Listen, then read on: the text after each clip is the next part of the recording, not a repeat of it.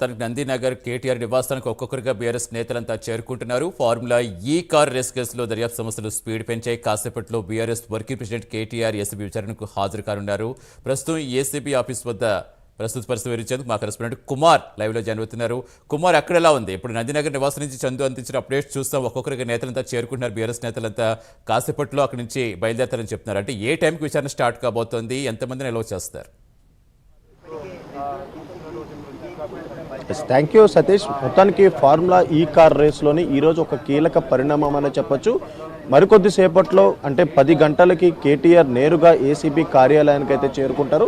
ఇక్కడ ఏదైతే నిన్న అరవింద్ కుమార్ ఇచ్చిన స్టేట్మెంట్ ఆధారంగా ఏసీబీ అధికారులు కూడా కేటీఆర్ విచారణ అయితే ప్రారంభిస్తారు. ముఖ్యంగా 2 రోజుల క్రితం కూడా ఒక నాటకీయ పరిణామాల మధ్య ఏదైతే ఈ ఏసీబీ విచారణ అయితే కొనసాగలేదు. ఈ నేపథ్యంలోనే ఈరోజు మరొకసారికి విచారణకు రావాలంటూ కూడా ఇటు ఏసీబీ అధికారులు నోటీసులు జారీ చేసిన నేపథ్యంలోనే మరికొద్ది సేపట్లో కేటీఆర్ అయితే ఏసీబీ ఆఫీస్కి రానున్నారు.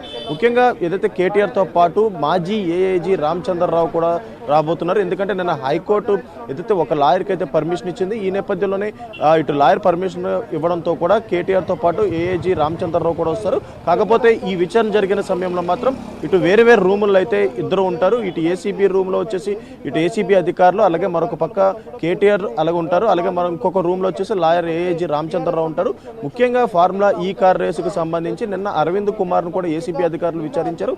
ఈ నేపథ్యంలోనే అరవింద్ కుమార్ ఇచ్చిన స్టేట్మెంట్ ఆధారంగా ఈ రోజు ఏదైతే కేటీఆర్ని అయితే విచారించనున్నారు. ముఖ్యంగా ఫార్ములా ఈ కార్ రేసుకు సంబంధించి నిధులు మళ్లింపులు అంటే హెచ్ఎండిఏ నిధులు 55 కోట్ల నిధుల మళ్లింపులకు సంబంధించి కేటీఆర్ని పూర్తిగా ప్రశ్నించనున్నారు.